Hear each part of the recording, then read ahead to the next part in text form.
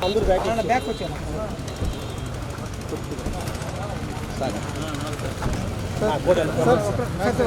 Sir ఇటు తిరగండి sir ఇటు తిరగండి సార్ సార్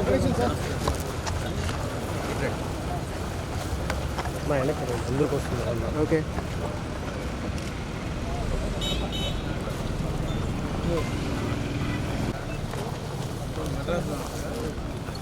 రాజీవ్ రాజీవ్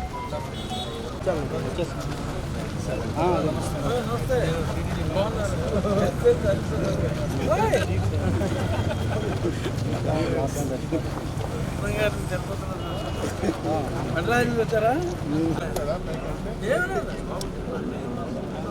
అసలు దేనికి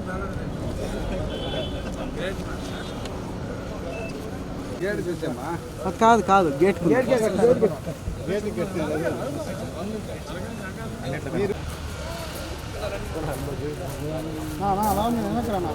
తమ్ముడు వెనక్కిరా తమ్ముడు తమ్ముడు వెనక్రన్నా ఫోన్ చేస్తాను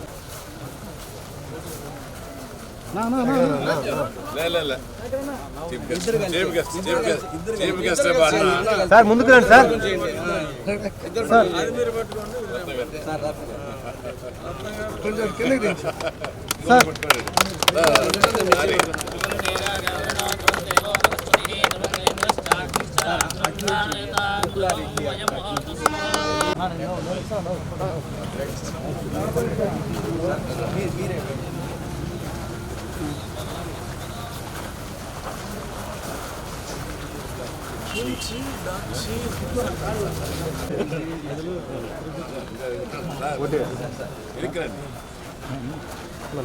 అన్నమయ్య దగ్గర అన్నమయ్య రెస్టారెంట్ నుంచి ఆంధ్ర క్లబ్ నుంచి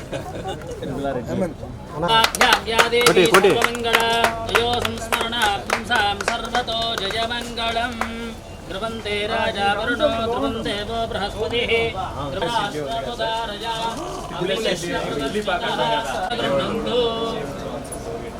మరి వెతుకుతున్నాము 10 years back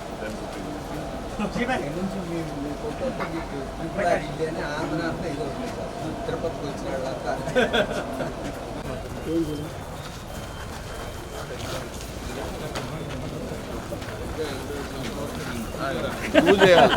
పూజ అలానే సరే డాక్టర్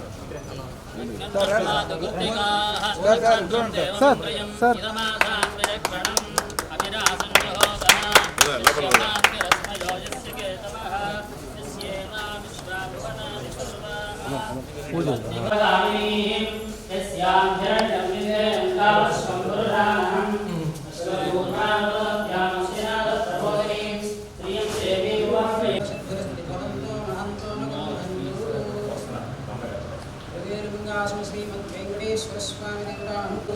సార్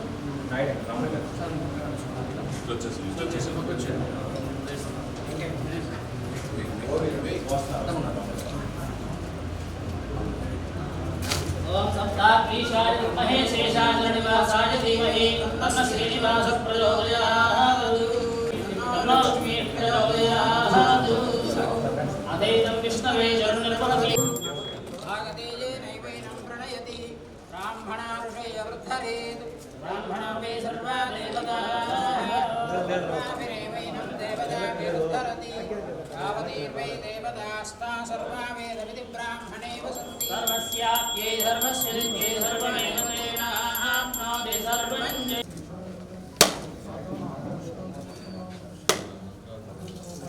యాప్తవీర్యా బలపుష్పాయాశ్చ పుష్పిణీః బృహస్పతి ప్రసూదాస్థానో మంచత్వ సంహసః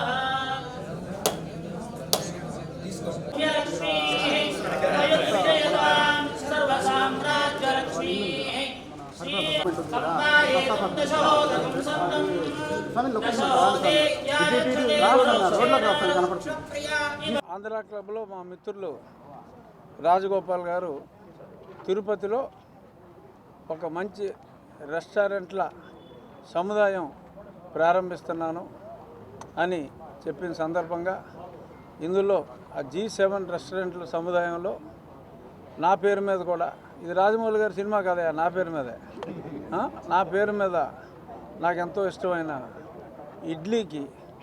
ఇడ్లీ రెస్టారెంట్కి నా పేరు మీద ప్రారంభించిన సందర్భంగా ఓవరాల్గా మన అరణ్య శ్రీనివాస్ గారు, రత్నం గారు, పెద్దలు లోకల్ జనసేన ప్రముఖ నాయకులు హరిప్రసాద్ గారు, మా తెలుగుదేశం నాయకులు రమణ గారు, మాజీ టీటీడీ మెంబర్, ఇంకా అందరూ మిత్రులు అందరూ కలిసి ఈరోజు నేను కూడా ఈ సందర్భంగా ప్లస్ ప్రభుత్వం మరి ఎన్నో 4.5 సంవత్సరాలుగా కలలు కన్నా నాకు ఈ ప్రభుత్వం మారిపోవటం, అంటే గతంలో నేను నామినేషన్ వేసిన వెంటనే తిరుపతికి వచ్చా, ఆ తర్వాత ఎలక్షన్ అయిన వెంటనే వచ్చా, మళ్ళీ ఈరోజు అత్యద్భుతమైన విజయం అందిన తర్వాత కూడా మళ్ళీ వచ్చి ఆ సందర్భంగా ఈ అకేషన్లో కూడా పాల్గొనటం నాకు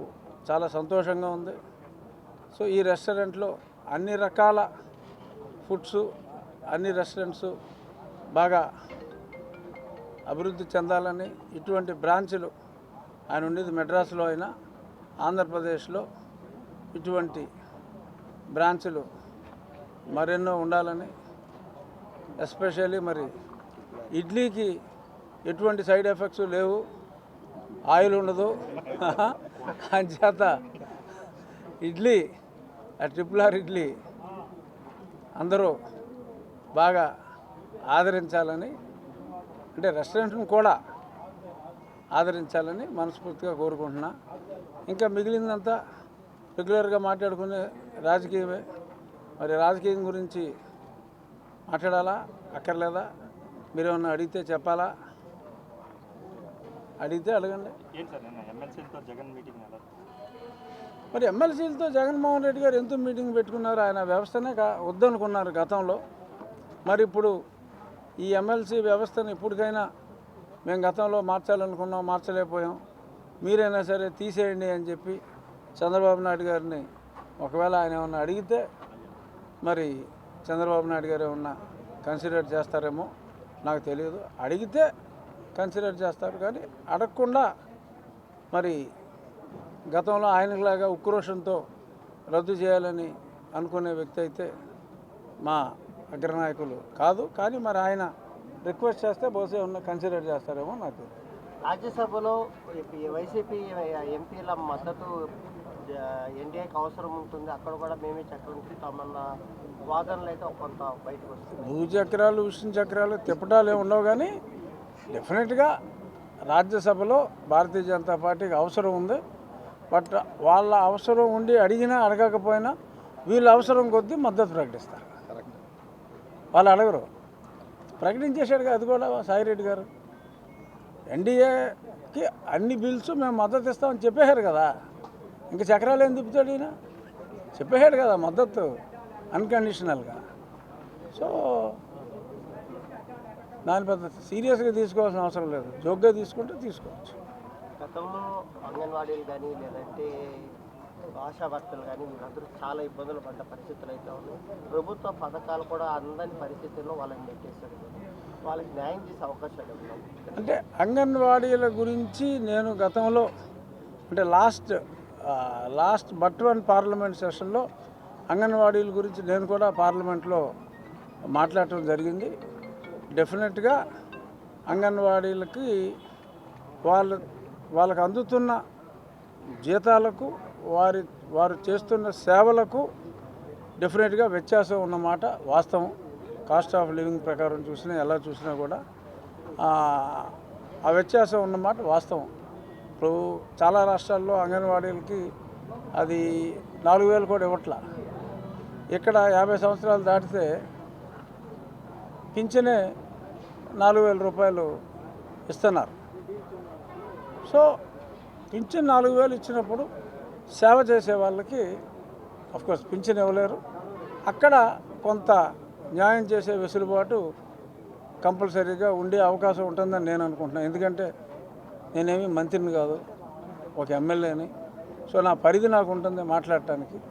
కానీ ఇంత మంచి ప్రశ్న అడిగినప్పుడు డెఫినెట్గా అది కన్సిడర్ చేసే అవకాశం మంత్రివర్గానికి ఉంటుంది అని మటుకు నేను చెప్పగలను. స్పీకర్ పదవి అని చెప్పి చాలా అయితే జరుగుతుంది ఎంతవరకు మంత్రి అని కూడా చర్చ జరిగింది, అలాగే ఇది జరుగుతుంది.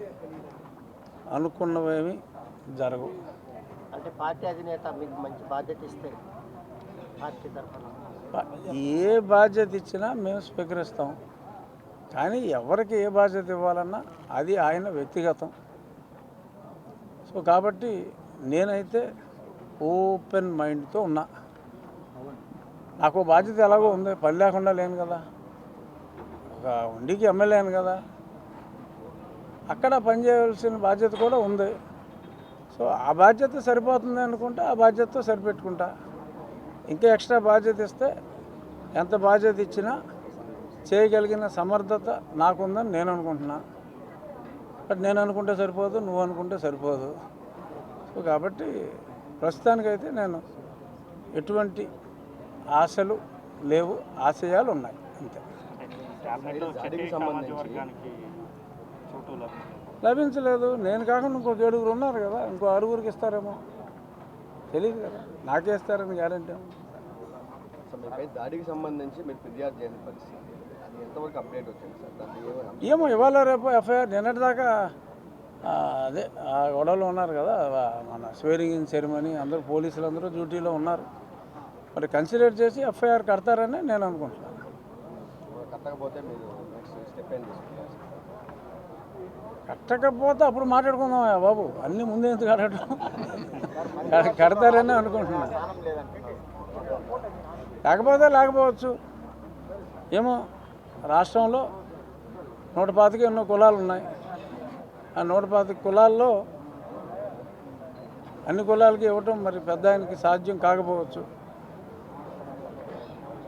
మనమేం చేయలేం కదా, డిస్కషన్ అయింది. సో అంచేత ఇవ్వకపోవచ్చు. Thank you. టిఫిన్